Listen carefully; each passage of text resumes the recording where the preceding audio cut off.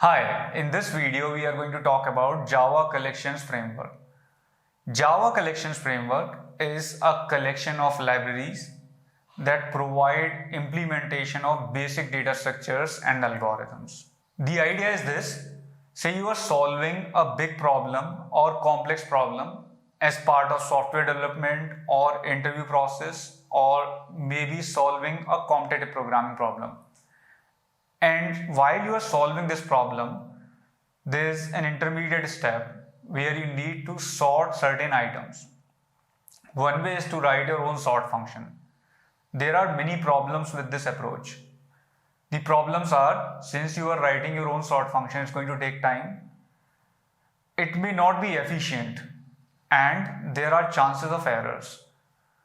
So the idea is to use sort function readily available as part of collections framework.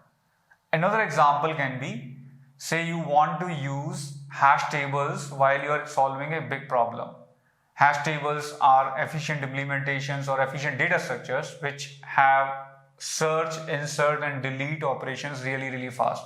And say while you are solving this big problem, you need search, insert and delete operations.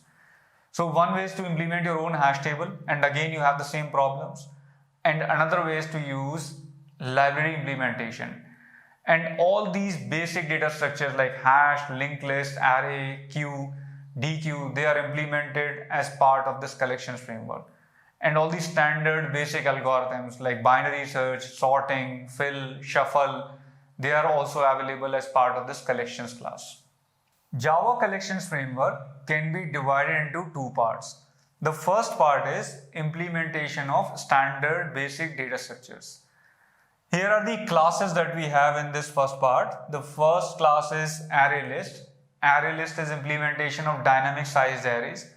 Arrays which grow automatically in size when you add more and more items. You don't have to worry about specifying the capacity when you're creating them. You don't have to worry about resizing them, deallocating the old memory, allocating the new memory. You don't have to worry about all that. It happens automatically inside this class.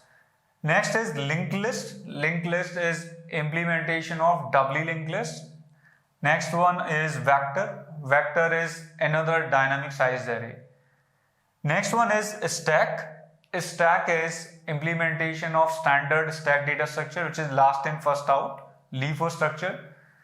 The thing about these two classes is these two are legacy classes. Stack class inherits from vector class. And the difference between vector dynamic sized array and array list dynamic sized array is, first difference is it's a legacy class, and the second difference is it's a thread safe class.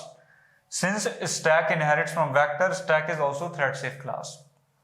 And as a general practice, it is not recommended to use these two classes, especially in a single threaded environment, because they are going to cause extra overhead.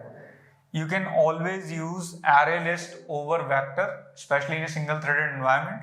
And in place of stack, you can use array dequeue. Next is hash set. Hash set is implementation of hashing. It provides you a collection of keys where it provides you a data structure where you can store collection of keys. You can quickly search, insert and delete these keys. Next one is tree set. Tree set is again a collection of keys. The difference is hash set implements hashing and tree set implements self-balancing binary search tree like red black tree. The next one is linked hash set. Linked hash set stores hash table items or hash items in insertion order. Hash set does not guarantee any order. When you insert items, there's no guarantee when you access them what order they will come out. Linked hash set internally uses hash set and a linked list to ensure that when you traverse these items, you get the items in the same order as you inserted them. Next one is linked list. Linked list is coming again here because linked list implements queue interface as well. What it means is linked list can be used as a queue. You can have queue operations on linked list. Queue is first in first out data structure. Whatever comes in first goes out first. Array DQ is another class which can be used as a queue. You can use array DQ as a queue, and the difference between these two is it's a linked list implementation, it's an array implementation. The next class is priority queue, which is implementation of heap data structure. You can have max heap or min heap data structure implemented by this priority queue class. This class is useful when you want to have a queue with priorities among the items, like a doctor's queue where the patients have priorities, the VIP patients, they are treated first. So if items have priorities, then instead of using normal queue, you can use priority queue.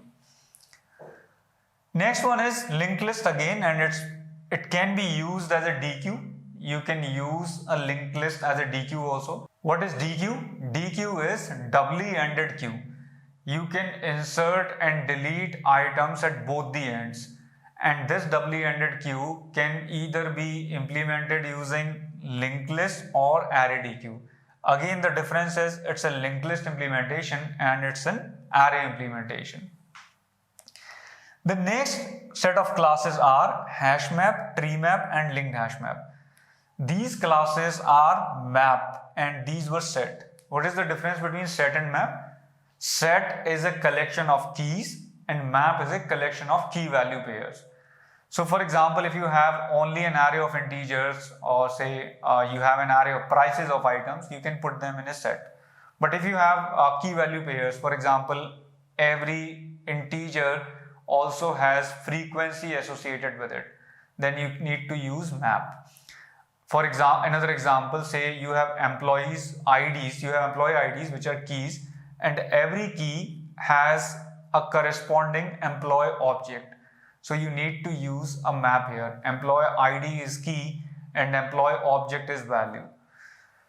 So hash map is implementation of hashing. It again is the similar concept as hash set. They both implement hash table and hashing concepts. Tree map is implementation of cell balancing binary search tree, especially red black tree. It's there on the Java documentation that tree map and tree set, they both implement red black tree. So the advantage that you get with red black tree is you get the items in sorted order. And the disadvantage of red black tree over hashing is your search, insert and delete times are higher. In hashing, they are big O of 1 on average. In tree map, you have big O of log n. The next one is linked hash map. This is similar to linked hash set. In normal hash map, you do not have any order among the items. In linked hash map, you have items stored according to their insertion order. It also uses hash map and the linked list internally. The next part here is collections class. It's a single class and it has implementations of basic algorithms like binary search, sort, max, min, reverse, fill, and many more. And these algorithms are implemented on these collections. For example, sort can be used for list collections. Whether you have an array list or linked list, you can use sort function on this these list collections to sort these collections.